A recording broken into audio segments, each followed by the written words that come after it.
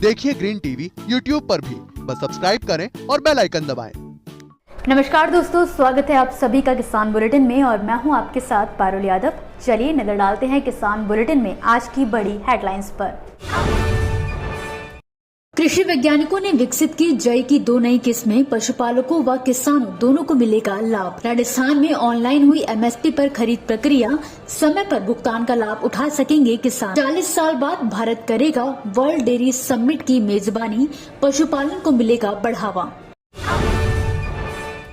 जैसा कि अभी कुछ दिनों पहले ही कृषि वैज्ञानिकों द्वारा मक्का की 3 नई किस्मों को विकसित किया गया है, तो वहीं अब इसी कड़ी में चौधरी चरण सिंह हरियाणा कृषि विश्वविद्यालय चारा अनुभाग के वैज्ञानिकों ने भी अपना नाम शामिल करते हुए जई की 2 नई उन्नत किस्मों को विकसित किया है। इनके नाम HFO 707 और HFO 806 हैं। देश के उत्तर पश्चिमी, दक्षिणी और पर्वतीय राज्यों के किसानों व पशुपालकों को जई की इन किस्मों से बहुत लाभ होने की उम्मीद जताई जा रही है। इसके अलावा विश्वविद्यालय के कुलपति प्रोफेसर BR कंबोज ने इन किस्मों के बारे में ज्यादा जानकारी देते हुए बताया कि इन दोनों किस्मों में प्रोटीन की मात्रा व पाचनशीलता अधिक होने के कारण ये पशुओं के लिए बहुत ही फायदेमंद है। जई की HFO 707 2 कटाई वाली किस्म है, जबकि HFO 806 1 कटाई वाली किस्म है।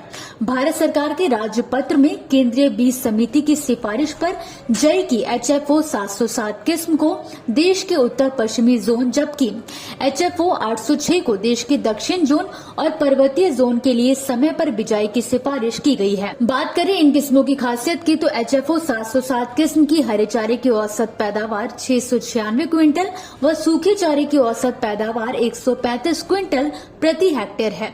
इसके बीच की औसत पैदावार 23.8 क्विंटल प्रति हेक्टेयर है, जबकि HFO 806 किस्म की दक्षिणी जोन में हरे चारे की औसत पैदावार 376.4 व पर्वतीय जोन में 295.2 क्विंटल प्रति हेक्टेयर है। इस किस्म के बीज की औसत पैदावार दक्षिणी जोन में 9.5 व पर्वतीय जोन में 23.9 क्विंटल प्रति हेक्टेयर है। हाल ही में राजस्थान सरकार द्वारा किसानों को बड़ी राहत दी गई है, जिसके तहत Rajasthan state cooperative marketing federation ने दावा किया है कि न्यूनतम समर्थन मूल्य यानी कि MSP पर खरीद की संपूर्ण प्रक्रिया को ऑनलाइन कर दिया गया है, जिसका फायदा किसानों को सीधे तौर पर मिल सकेगा। इतना ही नहीं, इस नई प्रक्रिया के तहत खरीद में पारदर्शिता के लिए बायोमेट्रिक प्रणाली को भी अपनाया गया है, ताकि असली किसानों से खरीद सुनिश्चित की जा सके। इस व्यवस्था से किसानों को उपज का भुगतान भी आसानी से मिल रहा है। साथ ही राज्य सरकार खरीद केंद्रों की संख्या में भी बढ़ोतरी कर रही है। पहले खरीद केंद्रों की संख्या जहां 250 थी, तो अब उन्हें बढ़ाकर 650 से ज्यादा कर दिया गया है। गौरतलब है कि राज्य सरकार ने किसानों के लिए वेयर हाउस ई-रिसिप्ट सेवा की व्यवस्था को लागू किया है। पहले जहां किसान की उपज गोदाम में जमा होने व वेयर हाउस रसीद के जमा होने पर किसानों को भुगतान होने की प्रक्रिया में करीब 1 महीने का समय लग जाता था, अब ये काम मात्र 3 दिन में ही पूरा हो जाता है। वेयर हाउस ई-रिसिप्ट सेवा शुरू होने से किसान की उपज गोदाम में जमा होते ही तुरंत वेयर हाउस रिसिप्ट जनरेट होकर राजफेड के माध्यम से नेफेड पहुंचती है।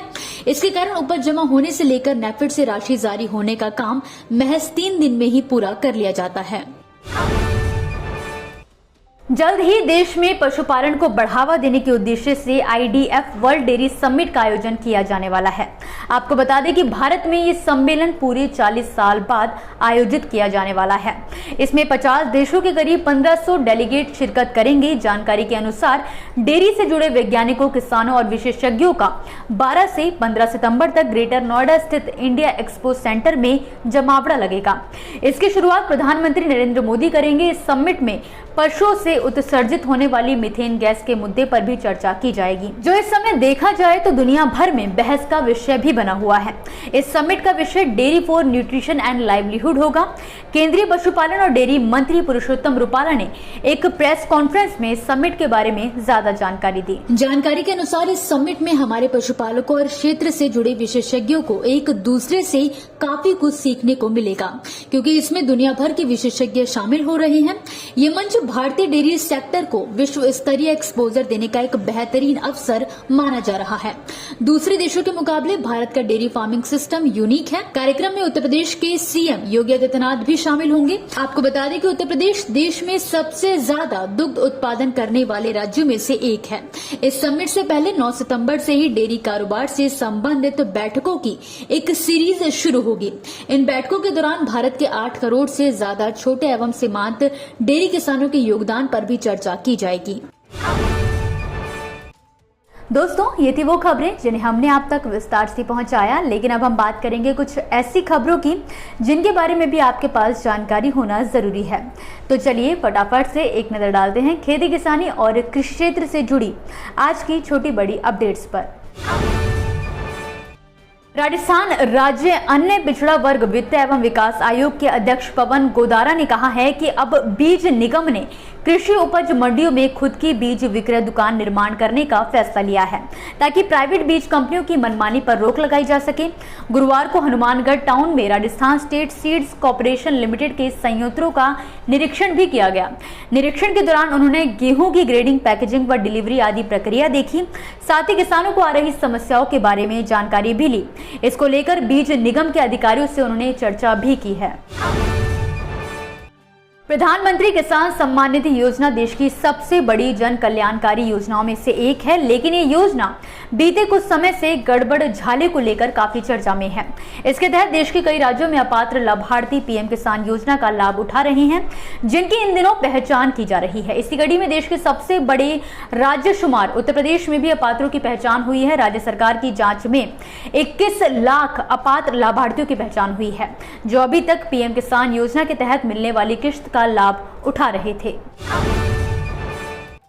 राजस्थान के पशुपालन मंत्री लालचंद कटारिया ने कहा है कि राज्य में लंपी स्किन डिजीज को फैलने से रोकने के लिए संक्रमण से अप्रभावित इलाकों में तेजी से टीकाकरण करने के निर्देश दिए गए हैं। प्रदेश में अभी तक 6,87,000 पशुओं का टीकाकरण किया जा चुका है।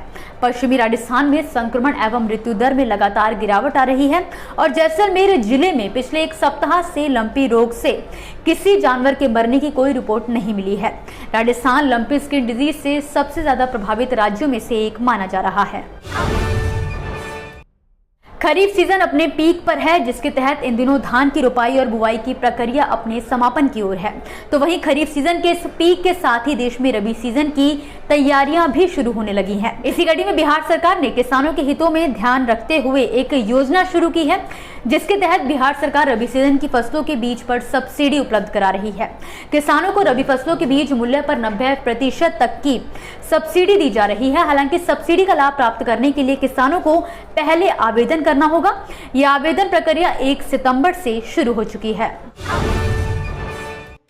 भारत में अब चावल का एक्सपोर्ट महंगा हो गया है। वित्त मंत्रालय द्वारा जारी अधिसूचना के मुताबिक प्रीमियम बासमती किस्म को छोड़कर चावल के अलग अलग ग्रेड के निर्यात पर 20% टैक्स लगाया गया है।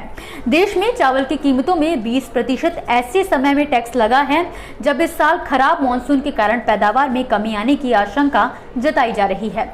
इसके कारण दुनिया के सबसे बड़े चावल विक्रेता देश होने के बाद भी इस साल देश में खरीफ धान का कम उत्पादन होने की उम्मीद जाहिर की गई है। इसी के साथ आज के किसान बुलेटिन की बड़ी खबरों में फिलहाल के लिए बस इतना ही। आप मुझे दीजिए इजाजत और देखते रहिए ग्रीन टीवी।